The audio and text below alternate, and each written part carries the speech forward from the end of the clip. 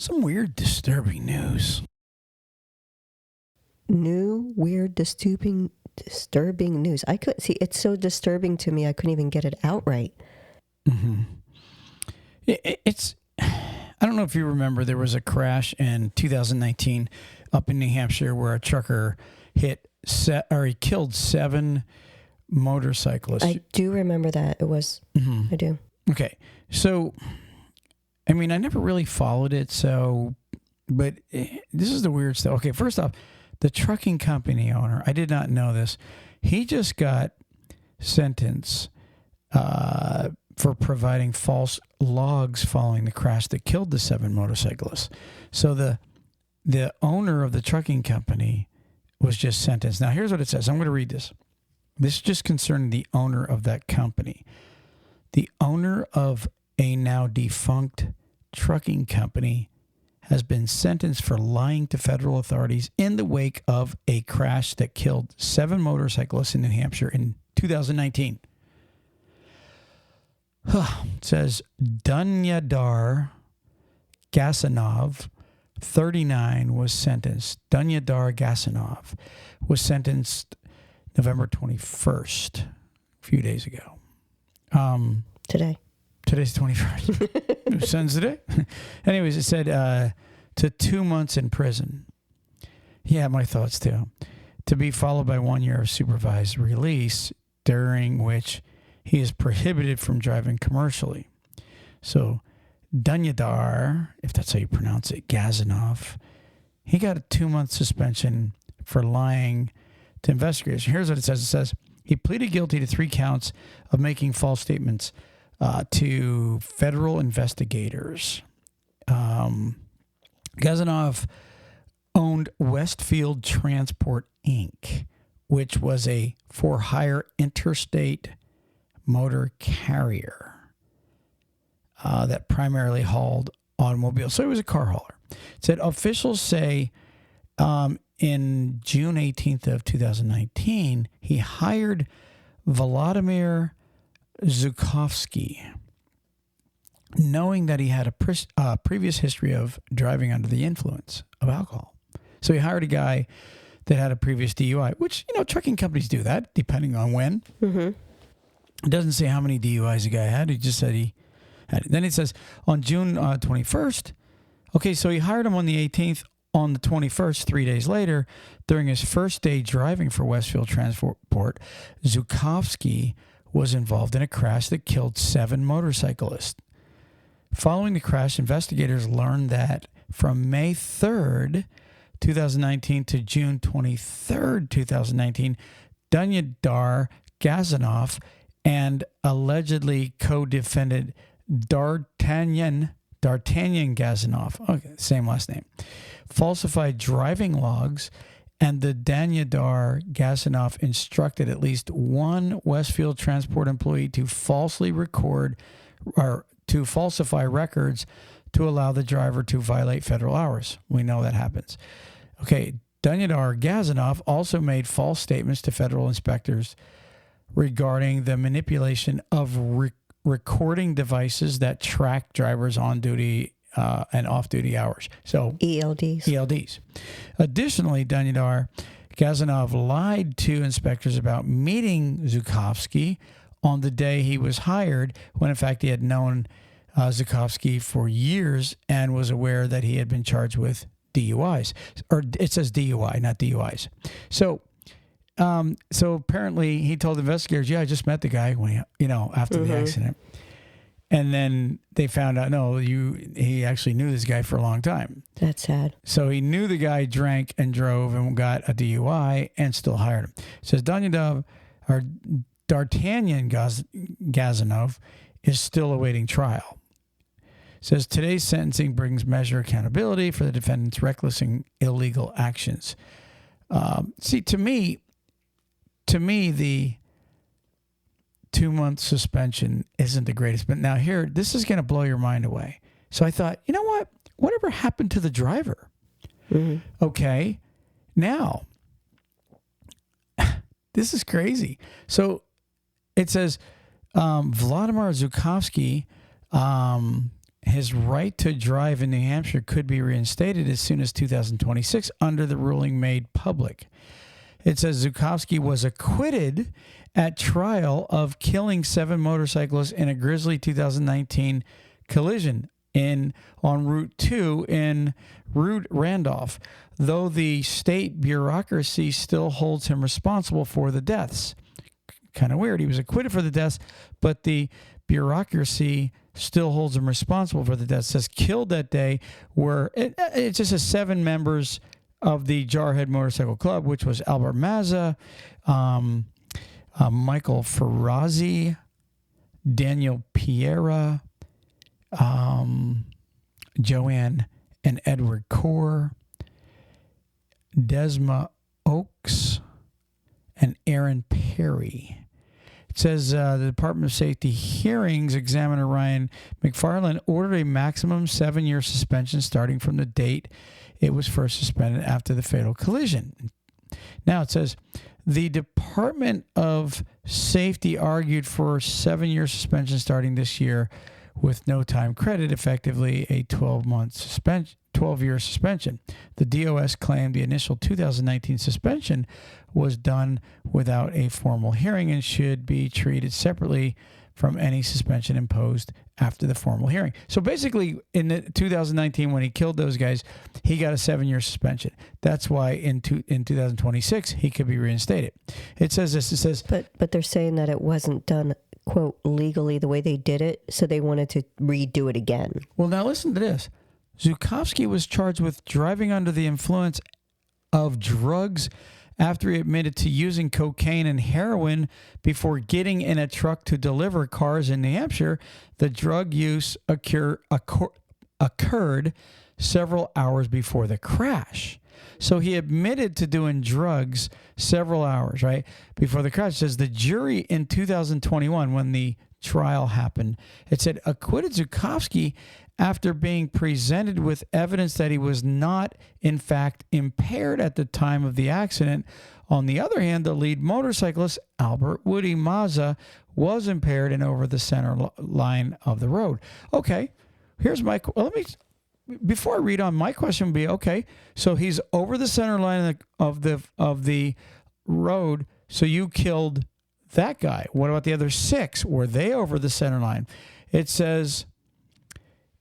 It was heartening that the fact finder noted he couldn't find Mr. Zukowski impaired, but it boggles the mind that so little shrift was given to the fact that when the collision occurred, the lead motorcyclist was partly on the wrong side of the road, driving with a blood alcohol concentration of 0.135. Wingate told the newspaper. McFarland ruled Zukowski is materially responsible for the crash, even though there is no evidence to prove impairment. The most aggravating factor is that this is an accident that did not have to occur. The testimony is clear that there were warning signs for the respondent to recognize that his driving behavior was not reasonable or safe, and he should have pulled over to address any issues.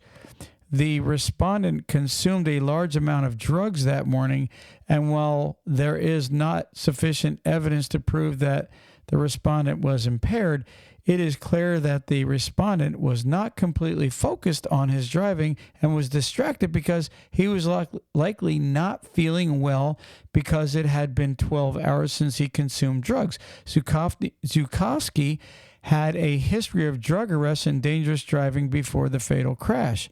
Zukowski's sobriety since the crash is the only mitigating factor McFarland allowed in his decision. The order permits Zukowski to seek reinstatement hearing in 2 years, and he must provide an evaluation from a drug and alcohol counselor when he requests the hearing. During the remainder of his suspension, he must remain on good behavior. Now, just being honest with you, it doesn't say, okay, what happened to the other 6? They weren't over the, line. It just said the lead motorcyclist was a little over the line when he got hit. to me, it doesn't. I'll be honest with you. To me, I smell a dirty rat all the way in this. What do you think? Those rats are pretty big up north. I'm telling you, something doesn't sound right there. I mean, you kill 7 motorcyclists, the lead guys over the line, and you admit to doing heroin and cocaine 12 hours prior, which I don't buy I don't buy it. I don't buy any of this. Just something just sounds crazy in this whole story. I think the only thing that I'm trying to visualize the incident, and I still have a hard time visualizing it because, I see how motorcyclists drive. I know how they stagger themselves in the lane. I see how they keep their spaces between it. If they would have seen a tractor trailer coming up to them and could tell that they were going to be hit by them, they would have moved out of the way. You know what I'm saying? They would have shifted off the lane. They would have done something to be out of the way of 53 foot of trailer and a tractor. It seems like he swerved a little bit and just took the whole thing. It seems like he came into their lane and just crushed them. Exactly what I'm saying. It's like, even if that one was a little over, I mean, we see it all the time in Florida where a motorcyclist is just a little over the line. You see that, you still have enough room to scoot over that little bit. For him to hit him, if he was scooted over a little bit, he had to be really close to that center line himself to where he was able to. Yeah, but I will guarantee you all 7 bikes were not over the line is what I'm getting at. And I know you're saying the same thing. Yeah. Somehow it seems like the truck went all the way into their oncoming lane. I mean, I don't get it. I mean, I'm just assuming it. I'm not saying I know exactly what happened, but I don't think anybody's going to know what's going to happen exactly. Yeah, I mean, something just doesn't add up to me. I mean, we're not getting the whole story. Where were the bikes? For that court to say, okay, the lead biker was over the center lane.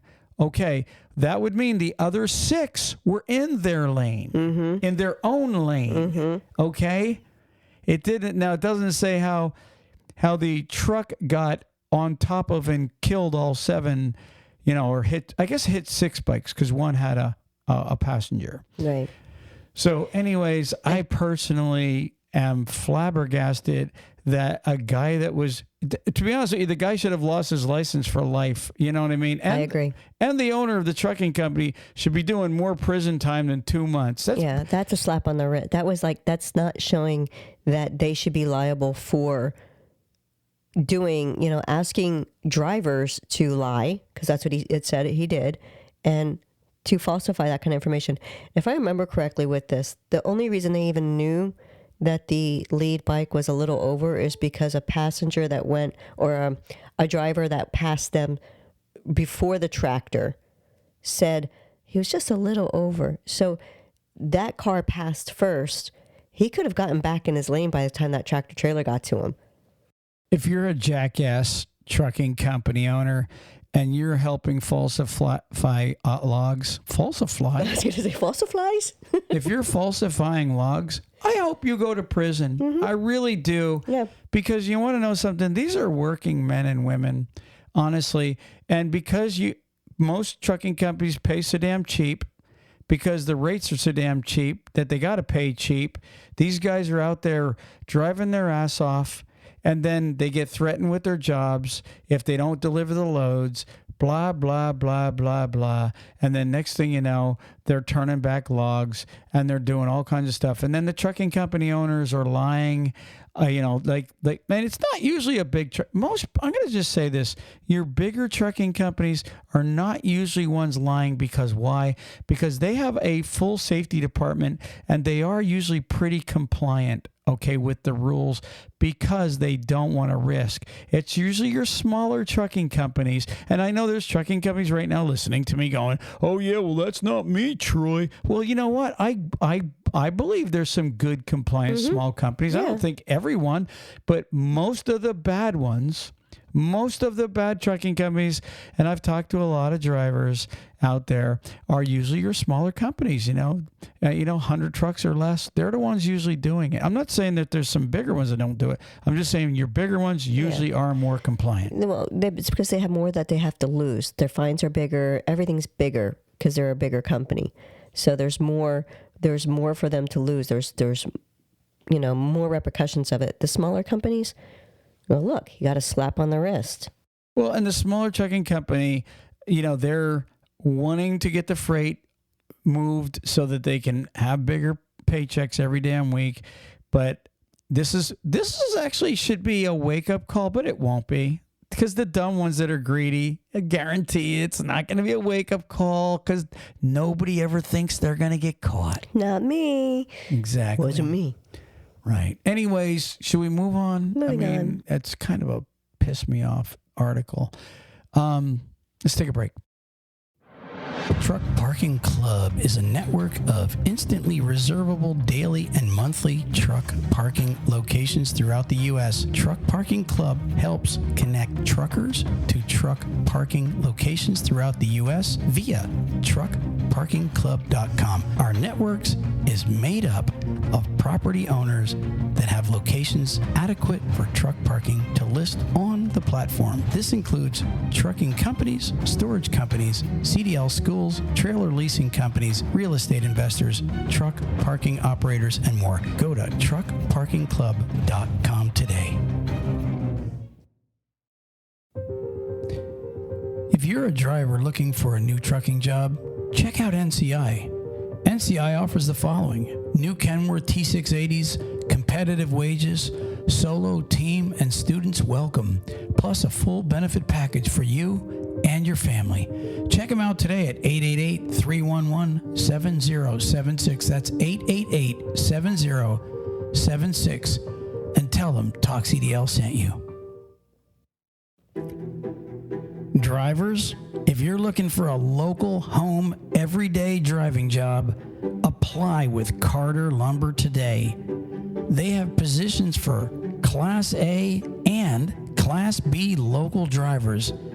They can take experienced drivers, students, and non-CDL drivers. With over 160 locations, chances are they have a position for you. So go to carterlumber.com/talkcdl and apply today. Again, that's carterlumber.com/talkcdl. Thank you. Attention trucking companies and truck drivers. If you need help with cash flow, we've got help on the way.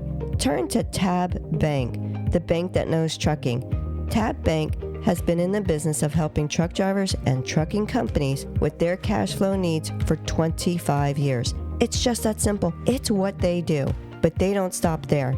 Tab Bank helps grow your business with their invoice, factoring, and banking services. What a plus that is. Before you book your next load, play it safe and contact Tab Bank to get their help with your factoring needs.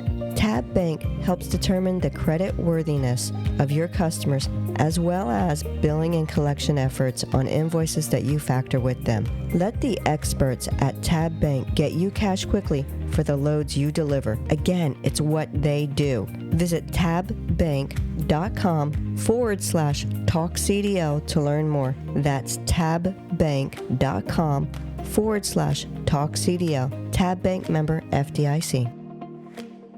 So I think I'm titling this week's podcast the reason. I got to figure out the title of it. I haven't figured it out, but it's going to be basically the reason why experienced drivers are worth more. It's true. Okay. To a trucking company. It's very true. I just brought up some statistics and everything. I know a lot of truck drivers, believe that everybody should be paid the same. And to be honest with you, they can't be paid the same because new truck drivers do not make a company as much money. And I know somebody's out there going, "Oh, it's bullshit. I run a lot of miles." Well, but statistically, I'm going to read a few stats here. I'm going to start with this accident stats. Okay. According to data from the CDC and various trucking industry reports, statistically, more than 1/3 of truck drivers have been involved in at least one crash during their career, meaning the average trucker has likely experienced at least one minor accident throughout their time on the road. Okay. Okay. And I guess I don't think that's too bad. 1/3 of the truckers out there, I think that's decent for having a minor. I noticed the words. 1 out of 3, I don't think is the greatest number, but that's just me. Okay. So now, when do you think most truck drivers will have their accident? Generally at night when they're tired. No, I mean, in their career, I mean. Oh, I'm sorry. It would be in the beginning of their career. And that's true. And that's exactly that's actually the major reason why newbies, there's even an article called The Newbies. Okay, don't be insulted, guys. We were all newbies at one time. But when you're a newbie, you're more likely to cost the company money. Mm-hmm. It's so true. It is true. It's very true. If you hired 10 experienced drivers, most likely in the first year of them driving, they're not going to cost the company any money in accidents. No, because they already got those, they know how to do it a little bit easier. They know the ins and outs on throwing chains on or backing up or those, because you said minor, so it's all little stuff, the little stuff that ends up happening. Well, here's what it says. It says new driver studies show that new drivers tend to cost the carrier more backup incidents, like you just named, and parking lot incidents add up, and this is the main reason for the lower pay. So the parking lot incidences, I was pulling out and I scraped the side of a truck. Right. I was backing in. Took his mirror off. How many times have you heard somebody go, took his mirror off? I heard There's so many took his mirror off conversations. Right. Took his mirror off. He took my mirror off, Oh, I couldn't tell you how many experienced drivers I've interviewed over the years. And they'll be like, yeah, JB Hunt truck took my mirror off. Yeah, Swift truck took my mirror off. Mm-hmm. Yeah, Warner truck took my mirror off. It is what it is, guys. I mean, and at one time, and some of you experienced drivers are chuckling right now, but maybe you look back at when your first year, you took somebody's mirror off, mm-hmm. right? Right. It says most local jobs require. Okay, it says this is also the main reasons local driving jobs requirements request also an experienced driver for these reasons. It says most local jobs require a large amount of backing and in sometimes very hard, tight situations. Those right-hand turns. Well, hold on. Let's talk. We're just talking about the backing up right now for now. Okay. I couldn't tell you, like my first year of driving was New York City mm-hmm. and New Jersey.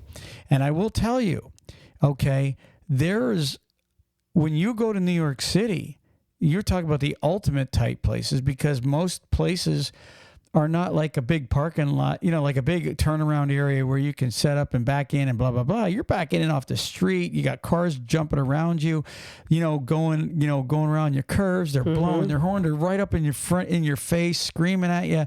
And you're trying to maneuver through like a tight fence or down an alley. I remember running Chicago and having to back down like alleys that were a quarter mile long, tight, and then having to blindside around the turn to go into their loading dock to pick up meat. Mm-hmm. You know what I'm saying? Like this is what you have to do as a local driver. Imagine having to do it going to the with a sleeper on. So this is one of the reasons why when you get a lot of drivers, they'll be like, you got to have experience to get a job as a local driver. So that's true. You normally have to put in at least 1 to 2 years on the road or regional before local companies want to hire you mm-hmm. because when you're backing up over the road, okay, what do truckers call each other out there on the road? Steering wheel holders. Mm-hmm. Okay. So you're driving maybe 500 miles and then you back into a door, let's say at Nestle's or Walmart, where there's a 5 miles of parking lot to do a turnaround and set up perfectly. I'm not saying every space is like that over the road. Right. I'm just saying the majority of those big facilities you're going to as a road driver, you're it's gonna be easy compared to what a city driver does. Right. Not only that, but here's another thing. When you're backing up with a cab, you have a back window a lot of times that you could kind of like see out a little bit. It is easier. But with a Sleeper. yes, you don't have that advantage. You only have your side mirrors that you're allowed to use. Yeah, so nobody's claiming that the sight is a lot easier, okay, on a day cab. Because you just probably answered an argument that OTR guys are saying, oh, well, anybody could back up a day cab. But that's, again, man, like when you have to back up and you have to pull up between cars parked on the street and you have to blindside these trailers, okay, in traffic, backing off of major roads, I promise you that it is, in fact, most people would get into little bang-ups. Right. It just is what it is. So the industry usually calls for experience. Now, the other thing is you started saying it, number 2 is maneuvering in tight areas, okay, in towns. A lot of times you're going in these cities and I remember having to go into New York City and the instructions said back down the wrong way. Yeah. Now, imagine having to back down the wrong way. If you don't have a spotter, okay, to warn the traffic, you're backing into, it's not usually a busy side street, but you're still backing down the wrong way and cars are still going to be coming towards you. Yeah, because you can't see if they're coming up on you until they're right there. Right. So, and then again, you're moving in parking lots. I remember having to run Reading and Philly and New York City, New Jersey, all that. And I remember every now and then I had to do a roll-off instead of a tractor trailer, which it was a tractor trailer roll-off. Okay. But we would have to go in like, what was the name of that? Snapple. Okay, remember we used to go down to Snapple in Boyertown, I think it was. Sunsweet or something like that? Yeah, the place was called Sunsweet, but what it was they provided the prunes for Snapple. And so you would have to go in to get this, it was like a 30-foot roll-off container. And you would go in there and cars would be parked. I mean, like literally you would be jacking this roll-off up in the air. And literally there'd be cars like within inches of both sides of the damn thing. And you're there you are, just carefully cranking this trailer onto this roll-off. And like, if you bumped it the wrong way, you'd be hitting cars. So, and I'm not saying that I was a great driver. I'm just saying that I wouldn't have been able to do that first year driving a truck. I would have had to, I needed experience.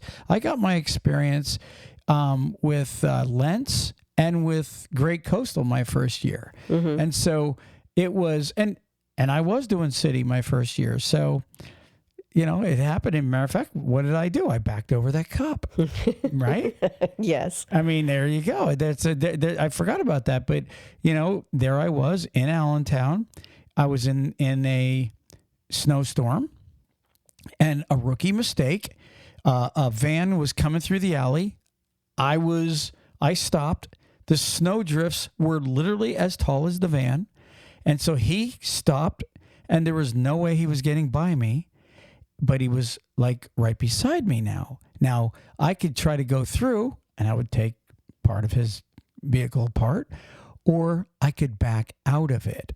And ignorantly, I looked in my side mirrors, started going backwards, and all I seen was cup lights come on in my mirror.